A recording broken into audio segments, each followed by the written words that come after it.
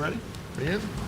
All right. Good evening, all. Welcome to the Tuesday, August 2024 business meeting of the Board of Education. We will start with a motion call to order, please. Motion. I need a second. Second.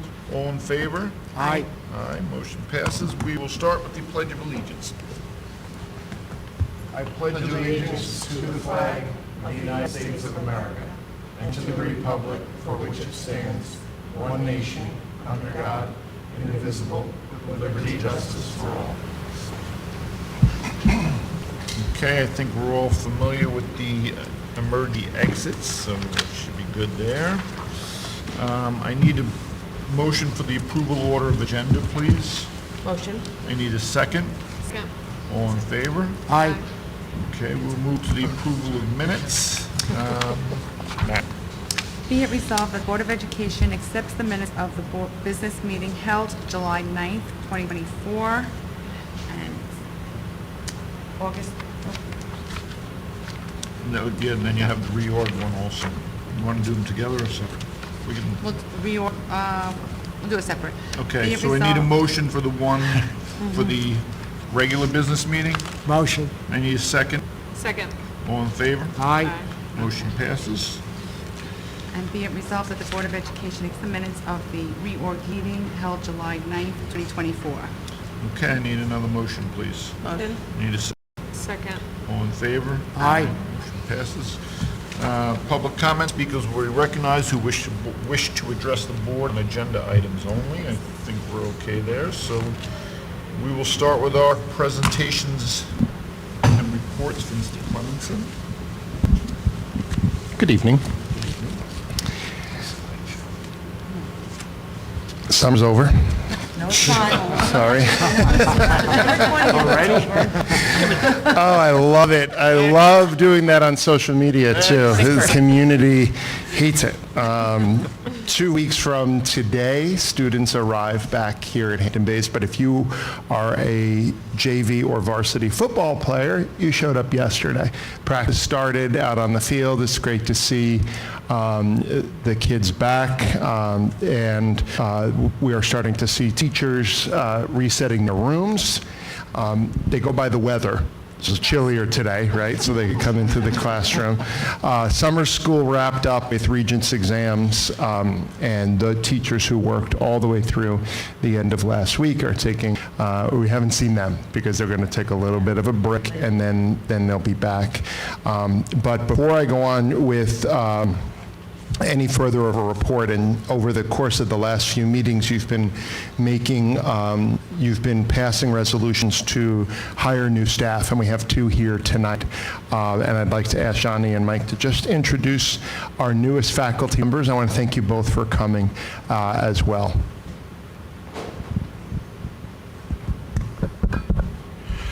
Good evening, everyone. I hope you're all having a great summer. Plenty of summer left, Ms. Colleen. Plenty of summer left. Thank you. I'd like to introduce Sean Collins at this time. He's going to be a middle school health and phys ed teacher. He's also going to be doing middle school football. He's working with the football program right now. He comes from West Islip and worked at John Glenn the past couple years. We're super excited for his experience. He taught a wonderful seminar class over there that he's going to be implementing some of that curriculum. He's energetic. He is super loyal, and you can just tell he has a big heart. So we're just really excited to welcome him to the Bayman community. Congratulations. Congratulations.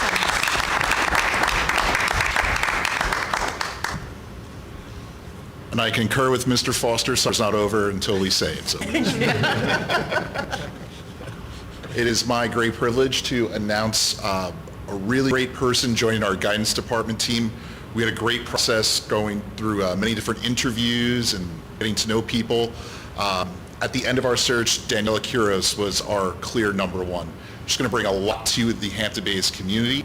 She has already logged the most hours of any staff member besides the people who have to be here in August this week.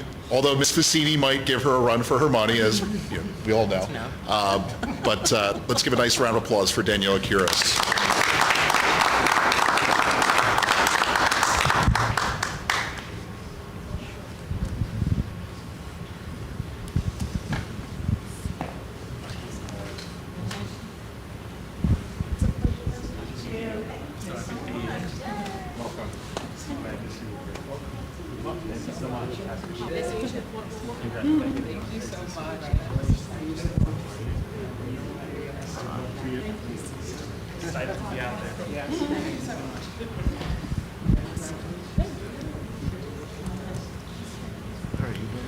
Not yet.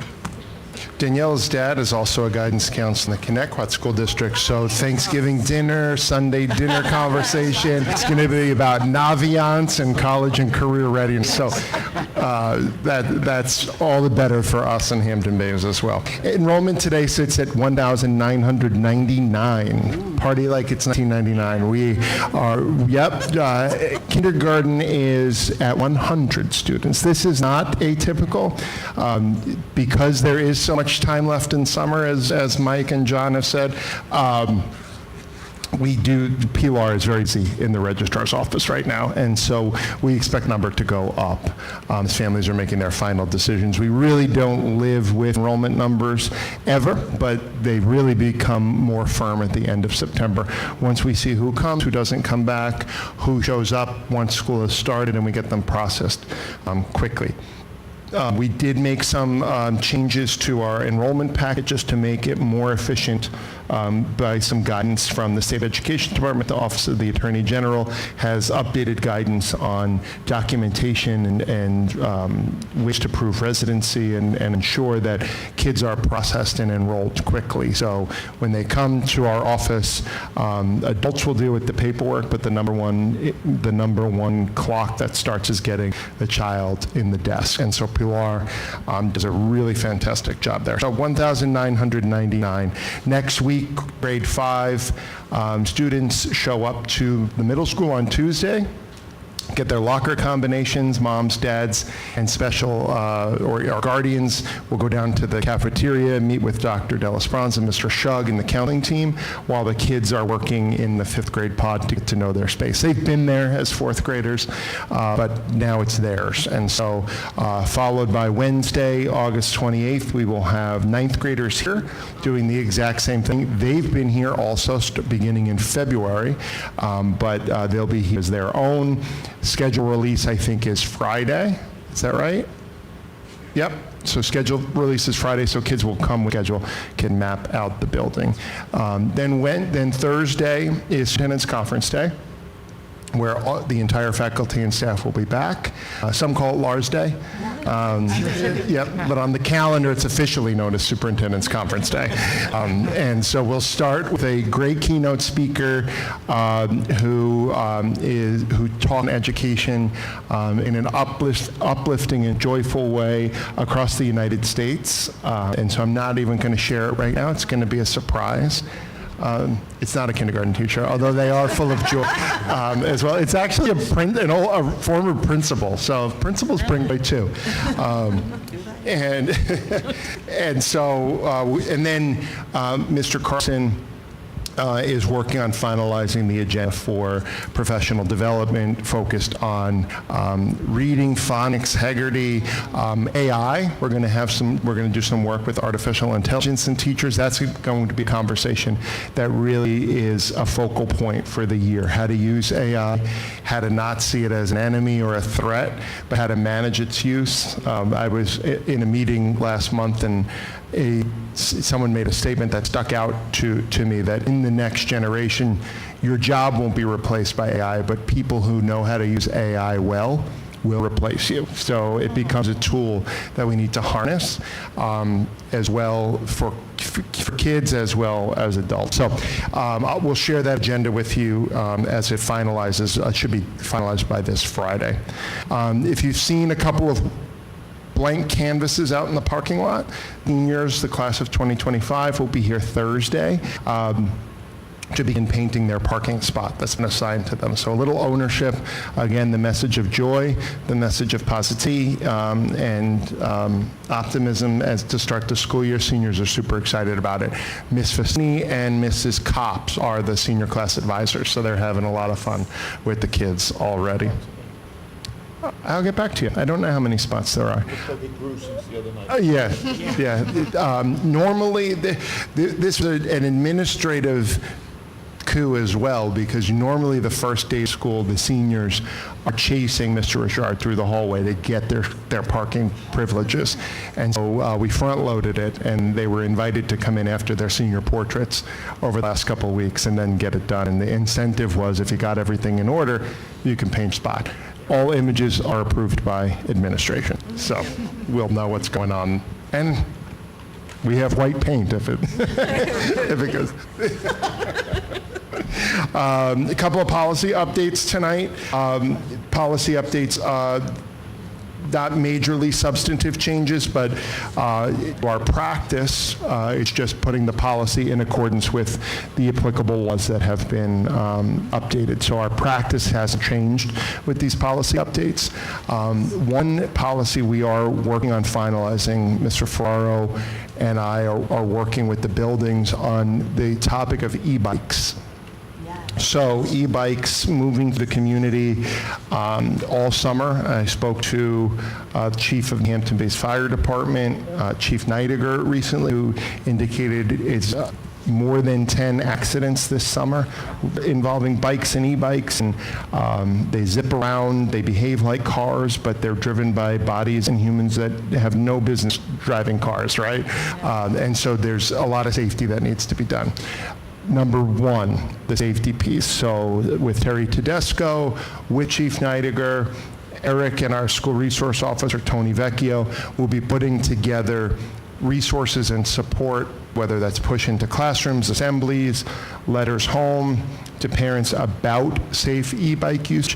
The other piece that I've come to learn is that e-bikes have a classification system, 1, 2, and 3. 2 of them are legal to use, 1 is not, and the bike has to be labeled, so we would be able to see what it is. So we're working on a recommended policy that we'll share with parents about which bikes can come onto campus, which cannot, where they have to be walked onto campus and not ridden through parking lots and bus loops and things like that. And then what to do with the battery. So these are lithium batteries. We have had experience in the past where they're valuable. So a student would take the battery and bring it into the building, which creates another level of safety concerns related to combustibility, fire, things like that. So we're working on those policies. I just want to give you a heads up on the radar that that's coming, and we would manage that, and then how we would communicate that.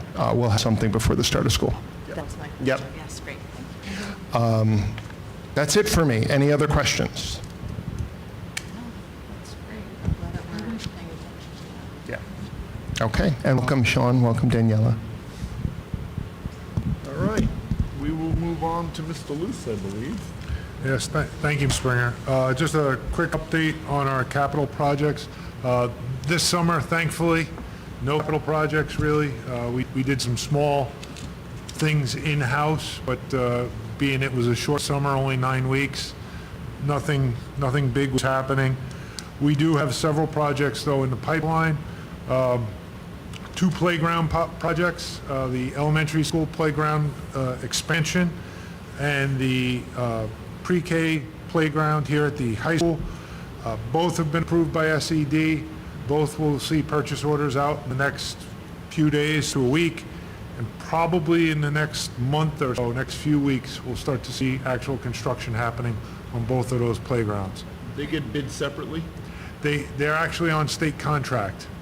Oh. But they do get, it is separate, 2 separate purchase orders, okay, that's what I'm- but they're both on state contracts, so we don't even need to bid them, which helps move it along a little bit quicker. Okay, good. Also, at the elementary school, a project to do the south-facing windows in the 98 wing, and or redo the toilets in the 57 and 68 wing. So both of those projects, again, almost completed with SED approval, just waiting for one more step. We hope to bid those right after Labor Day, and then that'll set us up to approve or award the bids at the October 8th board meeting. And then the windows we could be doing in the spring on second shift over the evening hours. The bathrooms definitely would have to wait until next summer. We couldn't take those apart until next summer. What's the timeline on the window job itself? How long will it take? Yeah. It really depends a lot on weather. If you had a nice spring and they could work every evening straight through, probably a couple weeks, a month, and they'd be done. But what happens, Kevin, is when you have those rainy nights or something, Right. it interrupts everything and then it just drags out, so. Okay. And then we also have a middle school window project, which again is almost completed at SED. That would also be probably a next summer job. Okay. And we are working on a request for proposal for an energy performance contract. We hope the RFP will go out right after Labor Day, and we'll hear responses sometime middle to end of November. Is that competitive? Yes. It is. Yeah, the different, there's like 3 or 4 different vendors that would write a proposal. Johnson Controls is one who we've worked with before. And what they'll do is they'll say, we can reduce your energy consumption by this amount by doing these 15 things. And it has to have a payout of less, I believe, less than 8 years to be approved by New York State. And it goes through that whole process of approval through the state and so on before we even decide who we want. Okay? Okay. All right. Thank you, gentlemen. We will move on. We will do a consent agenda from 4A to 4E. I need a motion. Motion? I need a second. Second. All in favor? Aye.